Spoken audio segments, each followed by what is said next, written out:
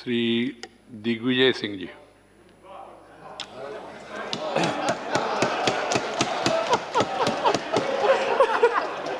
धन्यवाद सभापति महोदय। मैंने कुछ परिवर्तन किया नहीं, उसमें तो वो लिस्ट में जो आए उसी के हिसाब से मैंने बुलाया।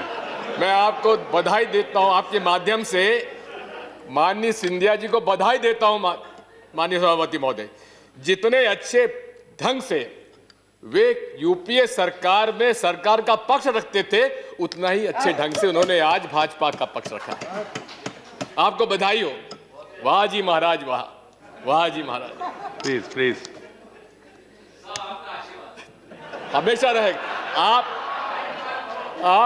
आप जिस पार्टी में रहे, आगे भी जो हो, हमारा आशीर्वाद आपके साथ था, है और रहेगा। माननीय सभापति महोदय, माननीय महामहिम राष्ट्रपति जी के अभिभाषण का मैं विरोध इसलिए करता हूं क्योंकि वास्तविकता का उल्लेख इसमें कहीं नहीं है।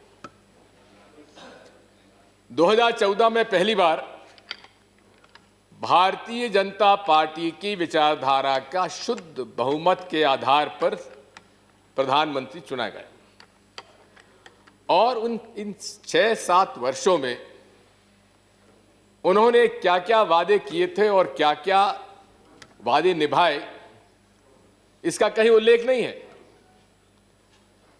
विदेशों से काला धन आएगा, सुप्रीम कोर्ट के निर्देशन में एसआईटी बनेगी, इसका कहीं उल्लेख नहीं है। 2 करोड़ रोजगार मिलेंगे, उसका कहीं उल्लेख नहीं है। बेहतर अर्थव्यवस्था होगी, उसका कहीं उल्लेख तो है लेकिन गलत आंकड़े दिए गए। Maximum government and minimum governance, जी हां, ये उन्होंने पालन किया क्योंकि टोटल गवर्नेंस आज पीएमओ के पास है, बाकी मंत्रियों के हाल हो आप जानते हैं। मैं पूछना चाहता हूं, रोजगार मिला नहीं, कालाधन आया नहीं, भ्रष्टाचार समाप्त हुआ नहीं, अर्थव्यवस्था बेहतर हुई नहीं, इन सब बातों का उल्लेख राष्ट्रपति जी के अभिभाषण में नहीं है। हमारे अर्थव्यवस्था ग्लोबल रिसेशन के बाद धीरे धीरे सुधरने लगी थी। 2014 के बाद पहला निर्णय नरेंद्र मोदी जी ने लिया नोटबंदी का, और उस नोटबंदी में डॉक्टर मनमोहन सिंह जी का जो बयान था, मैं इसी राज्यसभा के सदन में, it is a monumental mismanagement will hurt small and MSME, unorganized sector, agriculture and the poor. It is an organized loot and legalized blunder, and there will be a 2% drop in the GDP. जो उन्होंने कहा था, एक एक बात सही निकली है। नोटबंदी के लिए ये कहा गया था कि भ्रष्टाचार समाप्त हो जाएगा, काला धन वापस आ जाएगा, आतंकवाद समाप्त हो जाएगा, फेक करेंसी समाप्त हो जाएगी।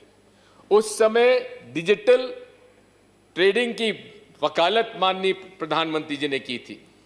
उस समय circulation of currency 17.5 lakh crore था। आज 2021 में circulation of currency has gone up to 27.8 lakh crore. What has happened, Honorable Prime Minister? Will you please answer? Or Honorable Finance Minister, will you please give us the details? अर्थव्यवस्था बिगड़ी, 50 लाख लोगों को बेरोजगार होना पड़ा, नौकरियां गई, अनऑर्गेनाइज सेक्टर और हमारे एमएसएमईज ये पूरे तरीके से बर्बाद हो गए और आज तक वे उठ नहीं पाए हैं। आप लोग कानून लाए, आपके एजेंडे में था, धारा 370 समाप्त करेंगे, आपने किया।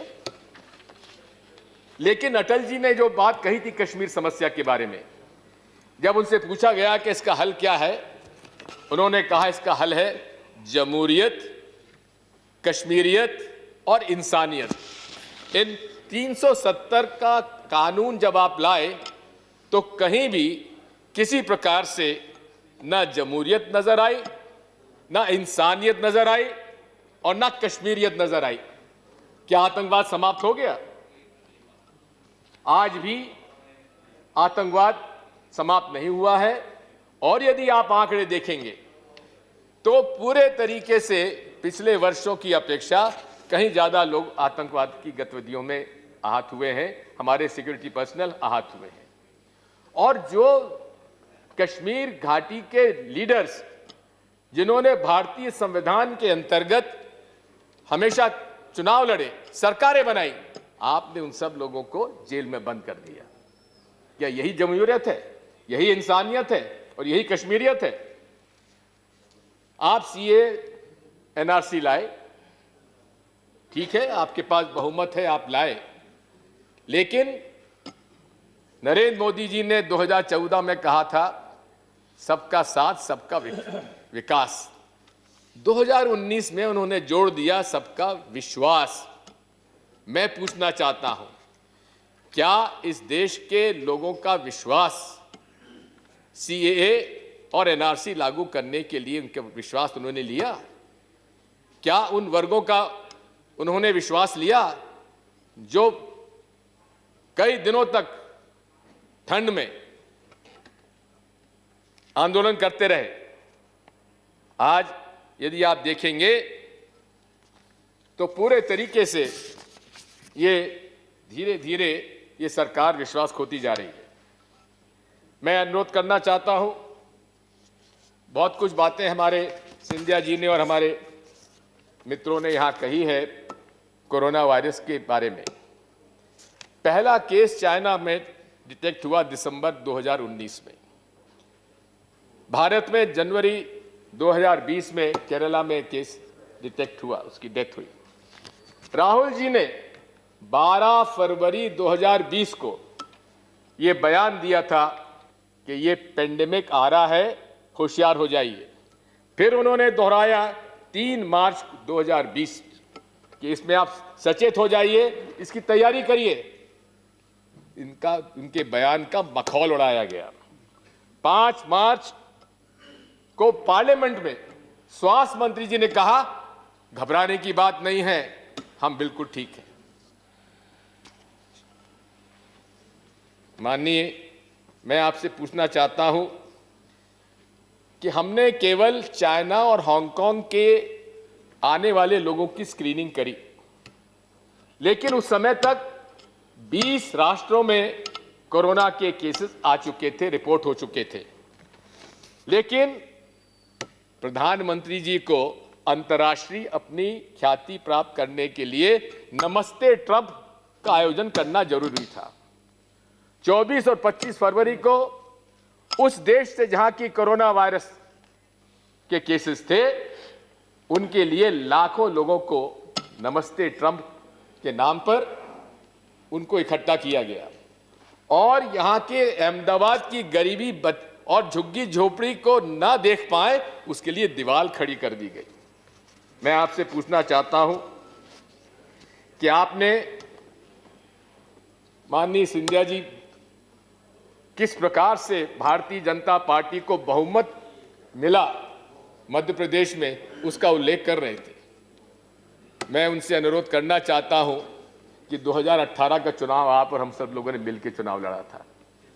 किन कारणों से वे पार्टी छोड़कर भाजपा की शरण में गए मैं नहीं जानता, वो ज्यादा जानते होंगे। लेकिन जिस प्रकार से कोरोना वायरस के प्रकोप को टालने के लिए उन्होंने उसको टाला, क्यों टाला?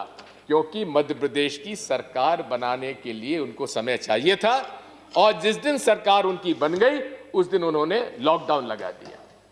लॉकडाउन लगाने के पहले जनता कर्फ्यू, थाली पीटिए, दिया जलाइए, घंटी बजाइए, कोरोना वायरस 21 दिन में चला जाएगा। महाभारत 18 दिन में जीते थे।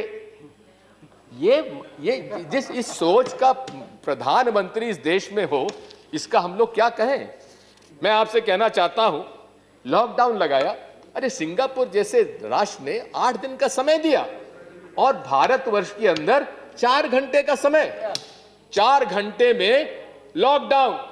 और ये माननीय प्रधानमंत्री नरेंद्र मोदी जी पूरे तरीके से फेडरल स्ट्रक्चर के खिलाफ है, मेरा यह आरोप है। और ये सदन जो कि हाउस ऑफ द स्टेट्स है, उसके अंदर सिंधिया जी चले गए, अच्छा ठीक है, आ जाए, अच्छा है। मैं कहना चाहता हूं कि आपने बिना मुख्यमंत्रियों से चर्चा करे, बिना राज्यों से चर्चा करे, 130 करोड़ की जनता के देश में 4 घंटे का समय आपने दिया लॉकडाउन लगाने का, आपने सूचित भी नहीं किया। और उसका क्या कार्य, उसका क्या हश्र हुआ? माइग्रेंट लेबर पूरे देश में परेशान हो गया। उसको उम्मीद थी कि प्रधानमंत्री जी ने कहा है 21 दिन में समाप्त हो जाएगा, 21 दिन बिता लेंगे, लेकिन जब उसको लगा कि अब हालात बिगड़ते जा रहे हैं, उसके पास न पैसा था, न खाने का, न पीने का, रहने का, न किराए का, न रेल, न सड़क की कोई बसें, क्या करता? लाखों लोग पैदल निकल पड़े और निकल पड़े, सैकड़ों लोग की मौत हो गई। गर्भवती महिलाओं को बच्चा पैदा हो गया और कुछ तो पैदल चले, एक महिला तो साइकिल पर बैठाकर अपने पिता को झारखंड तक ले गई। ये यदि लॉकडाउन का समय आप 8 दिन का दे देते, 7 दिन का दे देते, तो शायद ये मुसीबत नहीं आती। आपने थाली बजाने के बजाय, घंटी बजाने के बजाय कह देते कि हम फला तारीख से लॉकडाउन करने जा रहे हैं, आप सब अपने घर चले जाइए। स्टूडेंट्स फंस गए, यात्री फंस गए, टूरिस्ट फंस गए, और जो हालात हुए आप देख रहे हैं। मैं आपसे पूछना चाहता हूं कि रिहैबिलिटेशन पैकेज आपने 20 लाख करोड़ का दिया, अन्य विकसित देशों ने ग्रांट के रूप में दिया, आपने लोन के रूप में दिया। अप्रोच गलत था। वित्त मंत्री महोदय जी, मेरा आपसे कहना था, यदि डिमांड स्टिमुलस का आपका पैकेज होता तो हालात सुधरते, लोगों को उनके हाथ में पैसे की आवश्यकता थी, लोन की आवश्यकता नहीं थी। उनको आज आवश्यकता इस बात की थी कि किस प्रकार से हम लोग उनके हाथ में पैसा दें। और इसीलिए राहुल गांधी जी ने और कांग्रेस पार्टी ने कहा था कि आप न्याय योजना के अंतर्गत, जिस तरह हमने प्रस्तावित किया था, उस न्याय योजना के अंतर्गत आप गरीब और मजदूरों के और बेरोजगारों के हाथ में पैसा दे दीजिए, वो अपना परिवार चला लेंगे। वो आपने नहीं दिया, जिसकी वजह से काफी दिक्कत परेशानी आई। माननीय सभापति महोदय, आपदा में अवसर मोदी जी खूब अच्छा जानते हैं और भारतीय जनता पार्टी भी आपदा में अवसर निकालने में माहिर है। बड़े पैमाने पर पीपीई किट्स खरीदने में, वेंटिलेटर्स खरीदने में, जब प्रधानमंत्री पीएम हमारी रिलीफ फंड पहले से था, तो अलग से पीएम केयर्स फंड बनाने की आवश्यकता क्या थी? और उसमें भी ना वो आरटीआई से को हम जवाब ले सकते हैं और ना उसके बारे में कुछ हम हिसाब मांग सकते हैं। और उसमें भी हुआ, जो वेंटिलेटर की कीमत तय की गई, उसका भी कोई स्पष्टीकरण नहीं है। साथ मैं माननीय सभापति आपसे निवेदन करना चाहता हूं कि पूरे तरीके से मिसमैनेजमेंट रहा है कोविड सिचुएशन को डील करने में। आपने वैक्सीन का आप काफ़ी श्रेय ले रहे हैं, हमें उसमें आपत्ति नहीं है, जिसको वैक्सीन लगवाना हो लगाए, लेकिन 35,000 करोड़ का प्रावधान आपने वैक्सीन के लिए रखा है, कितने लोगों को लगा पाएंगे आप? साथ में मैं आपसे कहना चाहता हूं कि उसका जो क्लियरेंस मिला है, only restricted to emergency use, अब इसको कैसे डिफाइन करेंगे, स्वास्थ्य मंत्री जी बताएंगे। मैं आपसे अनुरोध करना चाहता हूं कि पिछला सत्र राज्यसभा के इतिहास, संसदीय इतिहास में सत्र माना जाना चाहिए। आपने किसान और मजदूर और सहकारिता आंदोलन के खिलाफ आप जो ऑर्डिनेंस लाए उसका मैं उल्लेख करना चाहता हूं। प्रधानमंत्री जी पहली बार प्रधानमंत्री बने, सबसे पहला ऑर्डिनेंस कौन सा लाए? लैंड एक्विजिशन एक्ट को समाप्त किया जाए। ये तो भला करे उस समय के लोगों को, जो समझदार लोग थे उस समय। आज तो केवल प्रशंसक लोग रह गए हैं जिन्होंने कि उनको बाध्य किया कि आप ऑर्डिनेंस समाप्त, उसको लैप्स होने दीजिए। ये 3 एग्रीकल्चर कानून लाए जो कि किसान विरोधी हैं। अभी सिंधिया जी कह रहे थे, हमारे तत्कालीन कृषि मंत्री जी के हवाले से कह रहे थे, आप उनका स्टेटमेंट देख लीजिए, उसका जवाब और प्रफुल्ल पटेल जी बोलेंगे उसका आपको पता पड़ जाएगा।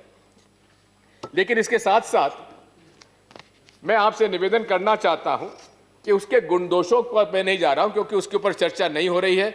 अगर चर्चा होती तो उसके क्या क्या, कौन कौन से एक्ट में कहां क्या कमी मैं आपको बताता।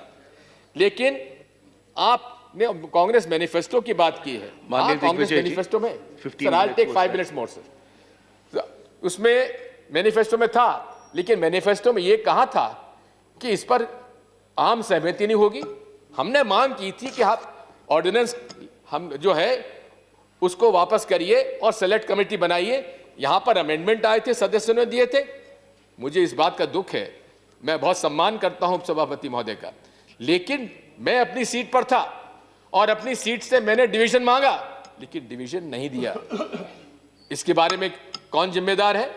आज यदि किसान घर द्वार छोड़कर अगर दिल्ली के आसपास बैठे हुए हैं, आप कहते हैं कि तो षड्यंत्र है, कांग्रेस करा रही है।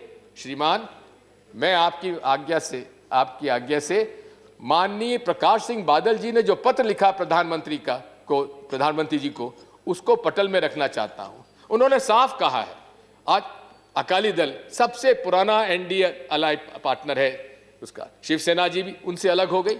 ये सब लोग उसकी वजह से आज परेशान हैं। मैं आपसे कहना चाहता हूं कि इसके बारे में पूरी तरीके से ये किसान विरोधी है। अभी हम लोग चर्चा नहीं कर पा रहे हैं जो ट्रेड यूनियंस के बारे में, जो मजदूरों के हक में 44 कानूनों को खत्म करके 4 उन्होंने लेबर कोड बनाए हैं, उस पर चर्चा नहीं हो रही है। कोई ट्रेड यूनियन से चर्चा नहीं कर रहे। भारतीय मजदूर संघ ने भी उसका विरोध किया है। जिस तरह से कृषि जो किसानों विरोधी कानून का भारतीय किसान संघ भी उसका विरोध कर रही है, ट्रेड यूनियन में भारतीय मजदूर संघ विरोध कर रहा है। लगता है मोदी जी को अब राष्ट्रीय स्वयंसेवक संघ के संबंध ज्यादा नहीं रखना है, वो मैं नहीं जानता। लेकिन साथ में मैं आपसे कहना चाहता हूं कि सहकारिता का आंदोलन भी समाप्त करने का बैंकिंग रेगुलेशन एक्ट का प्रोविजन आप देखेंगे, वो भी ऑर्डिनेंस आया है, जिसमें कि अब शेयर्स, कोऑपरेटिव के विभाग के शेयर्स लिस्टेड होंगे अब शेयर बाजार में। इसका मतलब यह है कि कोई भी बड़ा आदमी कोऑपरेटिव सेक्टर के किसी भी बैंक या मार्केट फेडरेशन में ये उसमें शेयर खरीद सकता है। मैं आपसे कहना चाहता हूं, सहकारिता आंदोलन के भीष्म पितामह सरदार वल्लभ भाई पटेल की आपने 600 फुट की मूर्ति तो बना दी, लेकिन उनकी जो विचारधारा था, उनका जो सोच था सहकारी आंदोलन का, जिसके माध्यम से किसानों के प्रोसेसिंग को इन्वॉल्व करके सारा, आज अमूल एक हमारा एक ऐसा एक इंस्टीट्यूशन है जिसमें किसान को लगभग 70% उसका वैल्यू मिल जाता है। आज उनकी आत्मा को आपने खेत पहुंचाया है। मूर्ति बना दी आपने, लेकिन उनकी जो सोच थी, विचार थी, उनकी आत्मा थी किसानों की, उसको आपने खंडित किया है। मैं आपसे अनुरोध करना चाहता हूं कि हमारा विवाद, हमारा आज भाजपा से हमारा विचारधारा का विरोध हो सकता है, लेकिन व्यक्तिगत कोई विरोध नहीं है। लेकिन जिस प्रकार से इस मामले में मैं आपसे कहना चाहता हूं, अभी किसानों से चर्चा करने के लिए उन्होंने बस 2 मिनट्स मोर उन्होंने ठीक है कृषि मंत्री जी को लगाया, साथ में पीयूष गोयल जी को रखा है। पीयूष गोयल जी का कोई लेना देना है किसानों से? अरे किसी को रखना था तो राजनाथ सिंह जी को रखना चाहिए था। किस प्रकार से राजनाथ सिंह जी पूरे किसान आंदोलन के पक्ष में रहते थे हमेशा। मैंने उनके 2 वीडियो देखे हैं राकेश टिकैत के साथ। उन्होंने जो इस भावना से उन्होंने बात की थी कि चाहे कांग्रेस का हो चाहे भाजपा का हो, हम किसान के साथ हैं, हम किसान का साथ देंगे। इस प्रकार से उन्होंने पूरे तरीके से किसानों का साथ देने का वादा किया। पंजाब में केसरिया पगड़ी लगाकर उन्होंने वादा किया था हम किसानों का साथ देंगे। राजनाथ सिंह जी का उपयोग आपने समझौते में करने में क्यों नहीं लगाया? पीयूष गोयल जी किसानों का प्रतिनिधित्व करेंगे। मैं आपसे अनुरोध करना चाहता हूं आखिरी में, जिस प्रकार से किसानों के खिलाफ, मजदूरों के खिलाफ, सिविल राइट्स एक्टिविस्ट के खिलाफ सेडिशन के केसेस लगाए जा रहे हैं, पत्रकारों के खिलाफ उन पर केसेस लगाए जा रहे हैं, मैं आपसे अनुरोध करता हूं कि हमारे भूतपूर्व प्रधानमंत्री माननीय अटल बिहारी वाजपेयी जी ने ये बात कही थी कि कल मैंने इस बात को कोट किया था उनको कि यदि किसी भी लोकतंत्र में यदि लोगों के भावनाओं को देशद्रोह के राजद्रोह के रूप में देखा जाता है तो फिर शुरुआत होती है तानाशाही की। मैं अनुरोध करना चाहता हूं, माननीय हमारे रविशंकर प्रसाद जी बैठे हैं, गहलोत जी बैठे हैं, आप लोगों को बहुमत मिला है, हम उसका मान करते हैं, लेकिन जिस प्रकार से आज देश में पूरे तरीके से लोगों को डिसेंट, आज लोकतंत्र में तो dissent is essence of democracy, उसमें जिस प्रकार से लोगों को जेल भेजा जा रहा है। भीका कोरेगांव केस में लोग सुधा भारद्वाज जो कि पूरे तरीके से वहाँ पे यूएस में हार्वर्ड प्रोफेसर थी, आज 3 साल से उनके साथ उनके अनेक सिविल राइट्स एक्टिविस्ट जेल में बंद हैं, जमानत नहीं हो पा रही है। आखिर ऐसा क्या दोष था उनका? इतना ही तो था कि उन्होंने भीका कोरेगांव के अंदर उनका पक्ष लिया जो वंचित थे, दलित थे। मैं इसी के साथ आपसे अनुरोध करता हूं कि किसी हालत में हम इस धन्यवाद प्रस्ताव के पक्ष में नहीं हैं, हम इसका विरोध करते हैं। धन्यवाद।